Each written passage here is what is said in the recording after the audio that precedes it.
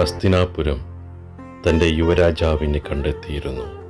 ദേവവ്രതൻ, ശക്തിയിലും ബുദ്ധിയിലും അതുല്യൻ. രാജാവ് ശാന്തനുവിൻ്റെ അഭിമാനം, രാജ്യത്തിൻ്റെ പ്രതീക്ഷ. രാജധാനിയിൽ സമാധാനം നിറഞ്ഞിരുന്നുവെങ്കിലും ഒരു ദിവസം രാജാവിൻ്റെ മനസ്സിൽ വീണ്ടും ഒരു തിരമാല ഉയർന്നു. ഗംഗയുടെ വേർപാടിന് ശേഷം ശാന്തനുവിൻ്റെ ഹൃദയം വീണ്ടും ഒരാളിലേക്ക് വഴുതി വീണു. അവളുടെ പേരാണ് സത്യവതി. ഒരു മത്സ്യത്തൊഴിലാളിയുടെ മകൾ, സൗന്ദര്യവും ശാന്തതയും നിറഞ്ഞ യുവതി. യമുനാ നദിയുടെ തീരത്ത് അവളെ കണ്ട നിമിഷം തന്നെ രാജാവ് അവളെ വിവാഹം ചെയ്യണമെന്ന് തീരുമാനിച്ചു.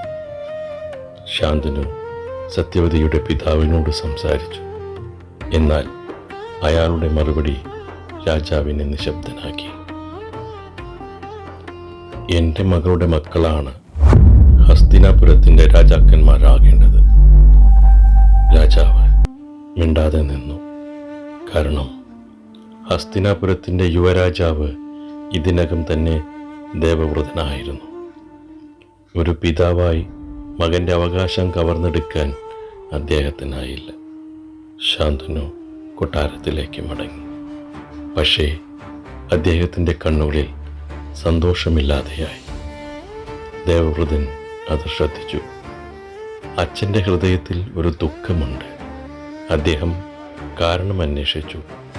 അവസാനം സത്യവതിയുടെ കഥ അദ്ദേഹം അറിഞ്ഞു. ഒരു നിമിഷം പോലും വൈകാതെ ദേവവ്രതൻ നേരെ മത്സ്യത്തൊഴിലാളിയുടെ മുമ്പിലെത്തി. ഞാൻ ഹസ്തിനപുരത്തിൻ്റെ സിംഹാസനം ഉപേക്ഷിക്കുന്നു. ആ വാക്കുകൾ കേട്ട് എല്ലാവരും ഞെട്ടി. പക്ഷേ സത്യവതിയുടെ പിതാവിന് ഇനിയും സംശയമുണ്ടായിരുന്നു. നീ രാജ്യം വിട്ടാലും നിന്റെ മക്കൾ പിന്നീട് രാജ്യം ആവശ്യപ്പെട്ടാൽ? അപ്പോൾ ചരിത്രം വിറച്ച ആ മഹാപ്രതിജ്ഞ ജനിച്ചു. ദേവവ്രതൻ വാൾ ഉയർത്തി ആകാശത്തെ സാക്ഷിയാക്കി പ്രഖ്യാപിച്ചു, ഞാൻ ജീവിതത്തിൽ ഒരിക്കലും വിവാഹം കഴിക്കില്ല.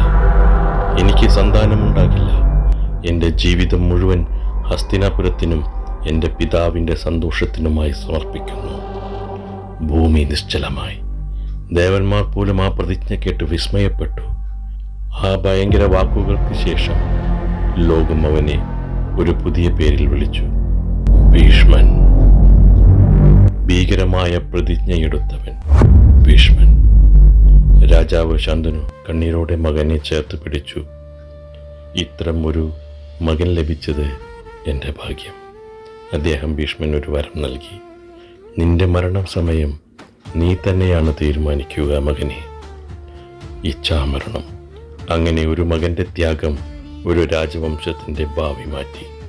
പക്ഷേ ഈ പ്രതിജ്ഞ മഹാഭാരത യുദ്ധത്തിൻ്റെ ആദ്യ വിത്തായി മാറുമെന്ന് അന്ന് ആരും അറിഞ്ഞിരുന്നില്ല.